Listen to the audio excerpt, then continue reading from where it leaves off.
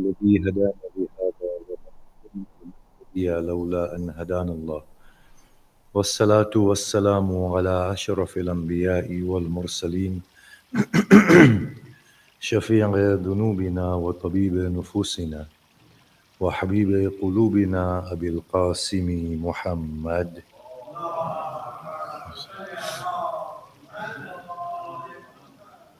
وآله الطيبين الطاهرين وأصحابه المنتجبين ومن تبعهم بإحسان إلى قيام يوم الدين. بسم الله الرحمن الرحيم. رب اشرح لي صدري ويسر لي أمري واحلل عقدة من لساني يفقه قولي. أما بعد، السلام عليكم جميعا ورحمة الله وبركاته. بسم الله الرحمن الرحيم. Looking at our human history and the crisis that we face, and if we look all the way till the beginning, we will find that there is no real time in which human beings have not been in conflict with each other. Now that's very odd. It seems as if human beings are not able to live together in peace and harmony. And they're always motivated by their self-interest, which then conflict with the interest of others. And as a result, then we fight, kill, and possess other people's properties and land. Now, if we look at it carefully, it all stems from this notion of us being individuals as other than the person that is competing with us. And I think that is the very core problem of human crisis and human conflict. You see, despite being individuals, we will still find that we can't live as individuals and that our best interests are guaranteed within a collective. And so therefore, we gather together on the basis of a family unit or ethnicity or a broader race or nation or religion.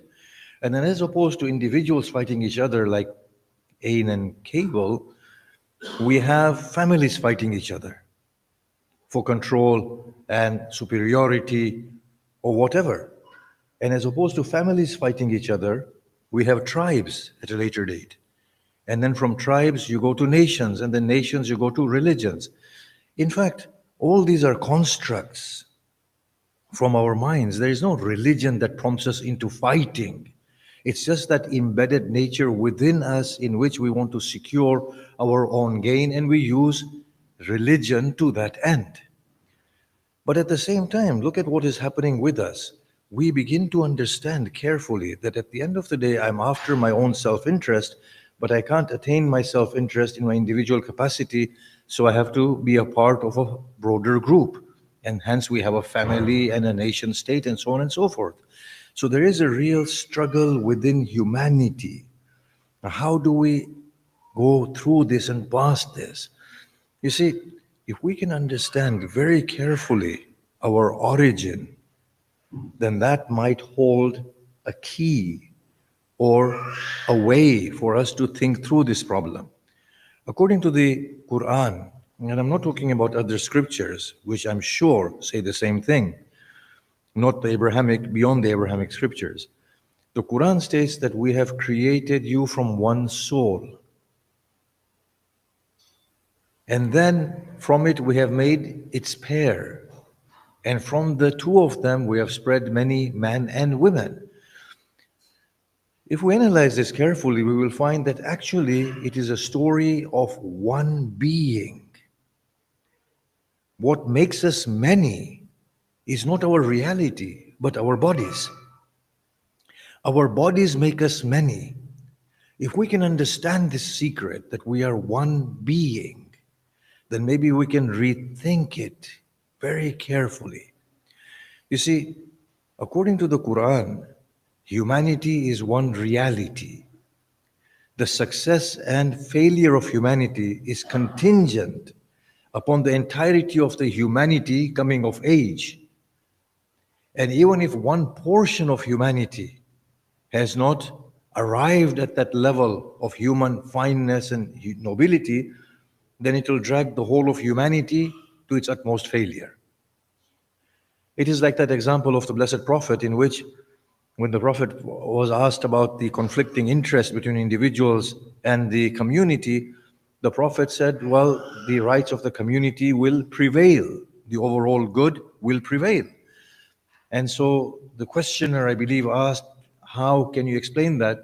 So I believe it was the Prophet who said that if we are all on board an ark or a boat, and if a person sitting in his own place, which he has legitimately bought, begins to drill a hole, the rest of the people on board the ship will stop that person, knowing full well that if he is given the right to do what he wants in his own self-interest, it will lead to the destruction of all of us, not only him.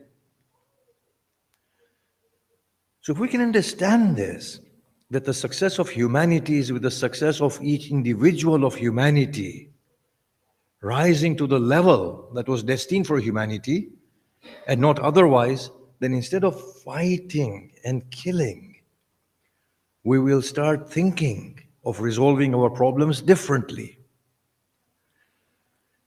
Now think about this hadith, that when the Mahdi comes, he will not be interested in making you pray or fast or paying zakat, because you will already be mature enough at that point to be praying, to be fasting, to care. You will be able to take care of each other without him incentivizing you or threatening you. The only thing he will come and do is to place his hand upon your heads and direct your intellects to their completion. And that is the destiny awaiting you. That is your success. And that makes a lot of sense, that humanity as a whole is one being. Now, just as, I'm just going to explain this a bit more, just as a parent understands the success of the family through the success of each and every individual of the family, the same is the story about humanity. We cannot succeed unless the entirety of the humanity succeeds. Even this issue of going to hell and heaven is a big failure. Beyond hell and heaven has to be the destiny of humanity. Heaven and hell can never be the destiny of humanity. We are far beyond heaven and hell. How can billions of people be in hell and trillions of people be in paradise and feel that they have succeeded? It's an utmost failure. The ideal situation for humanity is beyond heaven and beyond hell and arrive at their proper belonging. Now the prophets, they always had this eventual end in mind. You see, when the Prophet Muhammad ﷺ came, he had two forms of teachings with him. The spiritual essential teachings that he imparted in Makkah, and then the formal teachings that he gave in Medina. The essential teachings were eternal teachings. The formal teachings were to govern them in their bodily capacity within their context. The eternal teachings were the teachings that were creating human beings. The formal teachings were those that were regulating the bodies.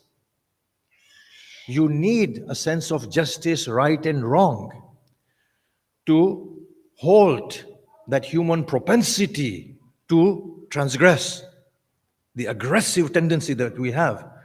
But it was the essential teachings that were the real teachings that were supposed to carry humanity towards its eventual end.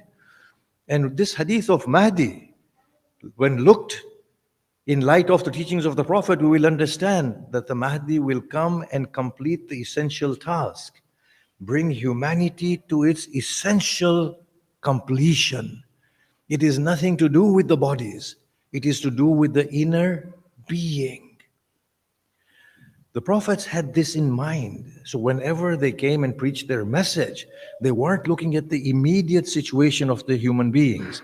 They were looking at the long-term goals. Now the Quran makes this very clear, that when we took the covenant of the prophets that since I've given you the book and I've given you the authority, and when a messenger comes from me, which means Gabriel or the Holy Spirit, and reminds you of your covenant, will you bear witness to this and take this covenant that you will deliver to mankind what I'm vesting you with and entrusting you with? They said, yes. At that point, the divine said, bear witness, for I too bear witness at this covenant.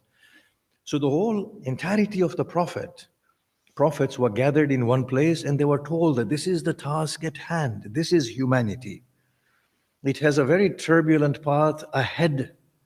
You will go from time to time, periodically, remind them of their true belonging, of their essence, and of their goal, so that their trajectory may be tweaked from time to time and they can arrive to the fullness of their completion. Now, think about this carefully. In light of this, what we have just mentioned, look at the current crisis and look at where our failure is. You see, for us to say, kill the ISIS, the Al-Qaeda, the Zionists, the Taliban, is not going to resolve any problems. And it can't. It just cannot. Because again, we are seeing them as the other. Until and unless sympathetically we say, this is a human problem, this is actually my problem. I too am unjust to my subordinates. I too have the tendency of using those closest to me to promote my own interests against others. It's the same thing that is happening within the folds of a larger group known as ISIS and Al-Qaeda and Jabhatun Nusra, whatever. It's the same thing that is happening within a religious group like the Christian Zionists.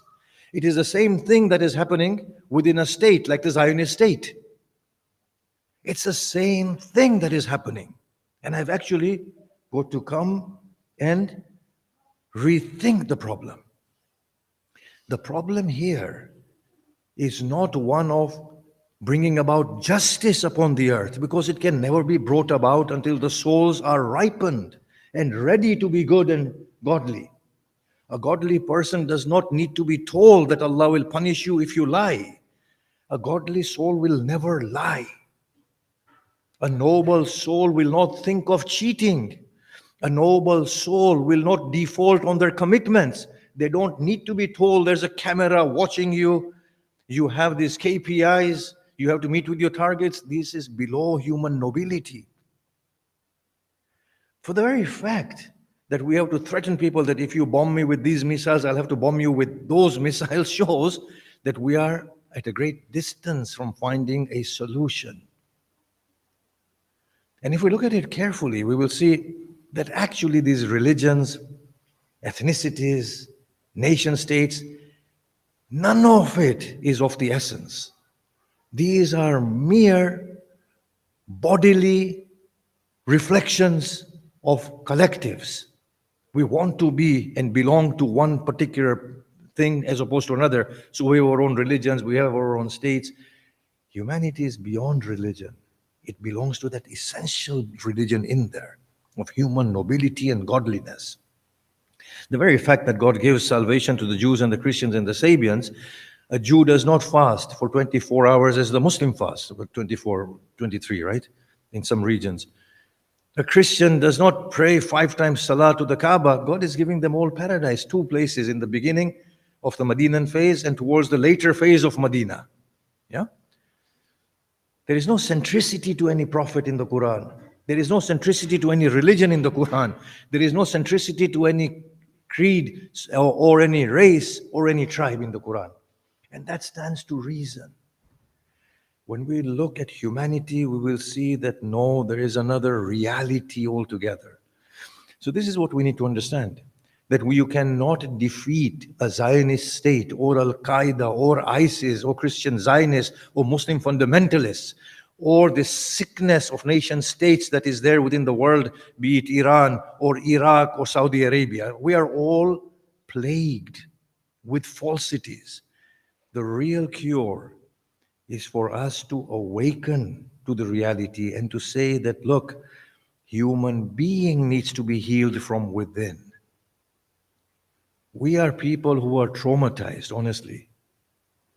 Look at the last year, the killing, the butchery, the barbarity of what's being done. You have seen newborn babies being put to death by the Israelis. We have been watching this. It's affected us from within. We have lost confidence in ourselves. The whole world is outraged, yet the people we elect into office allow it all. Those people, you can't kill them, you can't confine them within prisons because we will produce more. It's within us.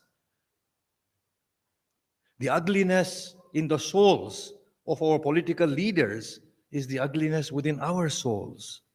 We need to understand that. He is not the other. The Prime Minister is not the other. It is me.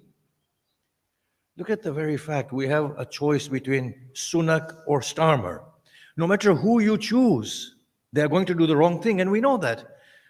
Biden or Trump, they're going to do the same thing. I don't know the names of the Iranians, Pezeshkian or somebody else. They're going to do the wrong thing. You know this. Forgive me, the Iranians there. The problem is much deeper. The problem is within humanity. You see, that is why the Prophet did not unleash his sword when he came. He didn't. He resorted to forgiveness because he knew that even if I kill all of them, it will not eradicate the problem, because the problem is within humanity, and humanity needs to come of age, recognize the depth of the problem and resolve it itself. Nobody can make us into better people but us ourselves.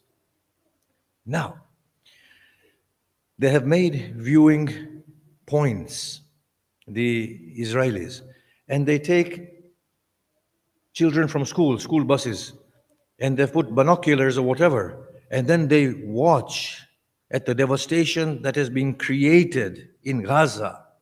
It's been raised, and the children rejoice, and they make fists, clench their fists at the Gazans and, shout whatever they shout. Now, this is horrifying, isn't it?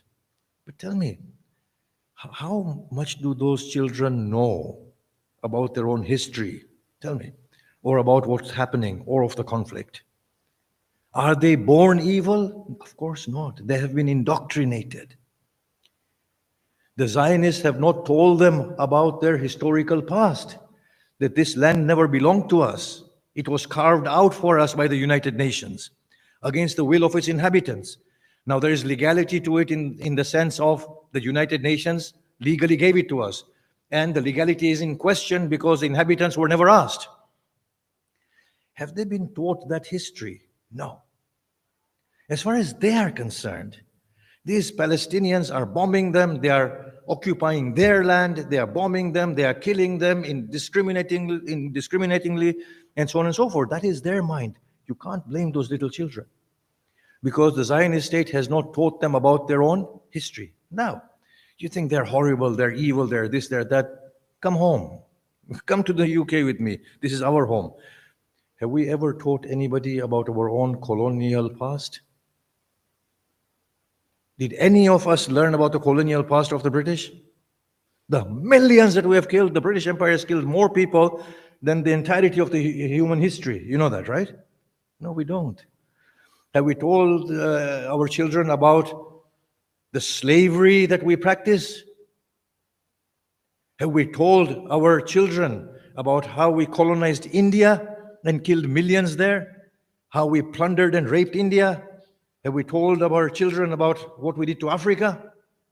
Have we told our children how we, for eternity, messed up the Middle East by carving arbitrary borders? Did we tell them about our own past? No. No nation will reveal the truth of their own history to its children. Now, will the Iraqis and the Iranians and the Saudis tell their children of what they have been doing?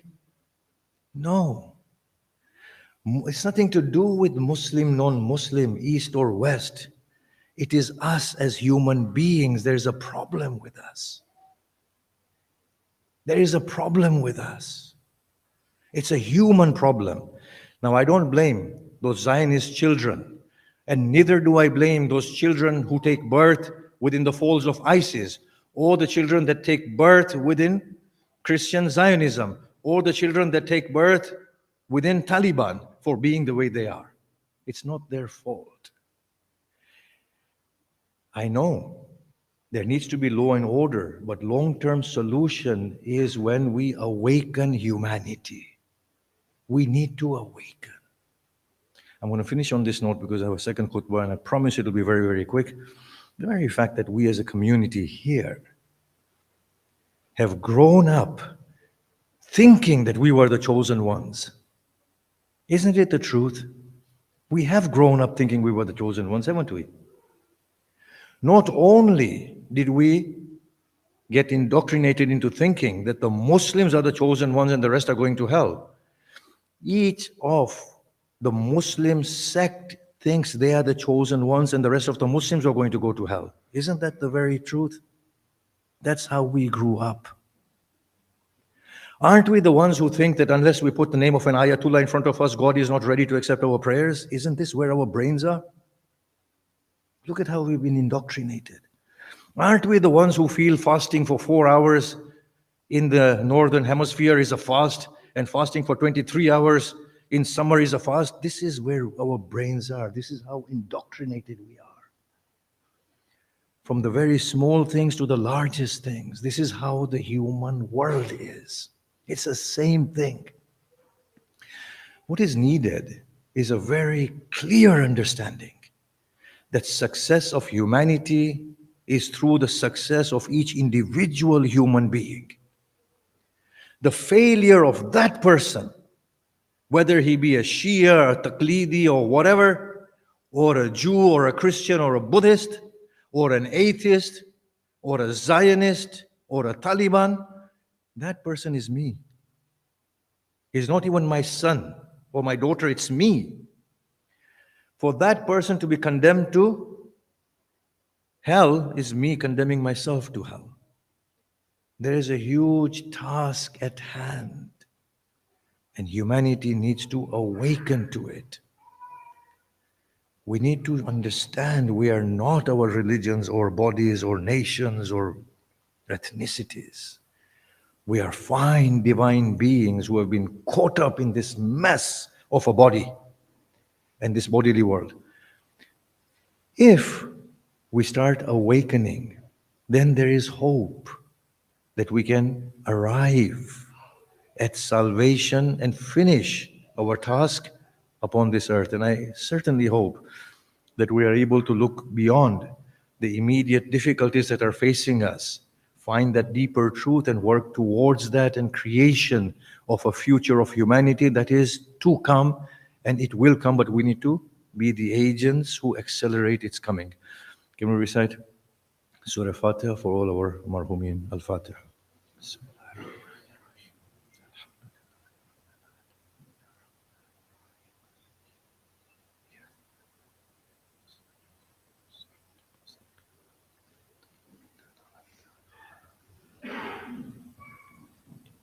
بسم الله الرحمن الرحيم إنا أعطيناك الكوثر فصل لربك وانحر إن شانئك هو الأبتر.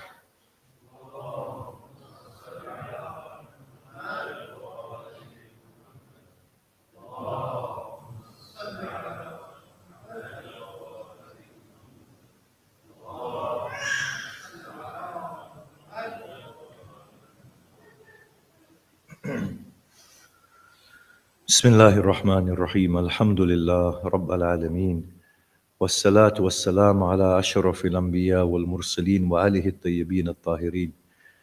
Assalamu alaikum wa rahmatullahi wa barakatuh.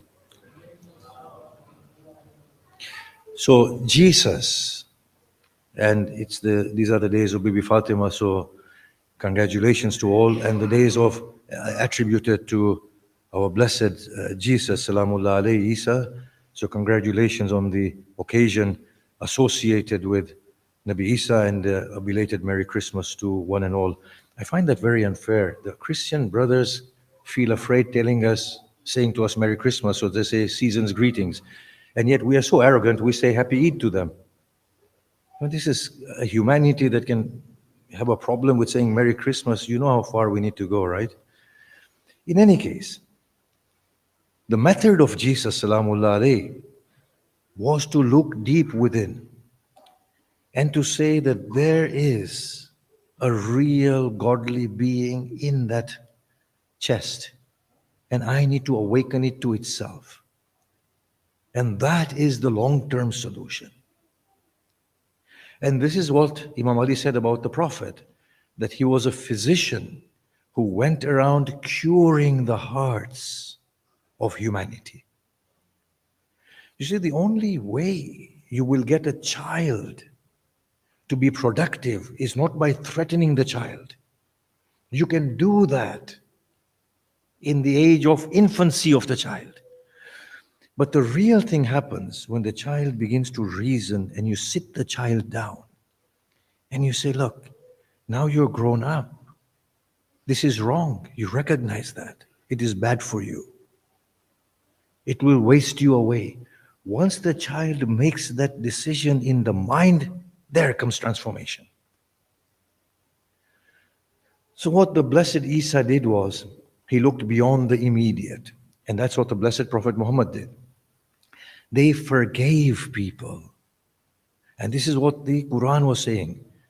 تِلْكَ أُمَّةٌ قَدْ خَلَتْ لَهَا مَا كَسَبَتْ وَلَكُمْ مَا كَسَبْتُمْ. Those people have gone. For them was what they did. I think this is what humanity needs. We need to eventually come to a point where we say past grievances are past. Now let's start afresh. We need to look into the human being and start counseling them, forgiving them, reminding them of who they are.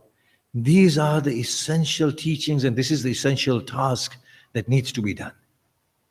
If humanity has any chance of making it, and indeed God has destined for it to come to the completion of itself. When the angel said, you're making a huge mistake with this selection of yours, Adam, he said, I know what you know not.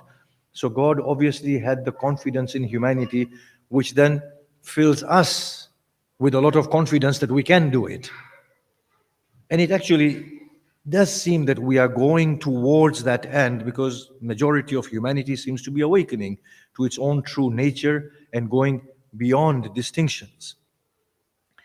But what we need to do within our own practice, within our own small circles, is to start practicing this, looking at each other and seeing the goodness in there, recognizing that goodness and doing whatever we can to bring about that goodness at a greater level.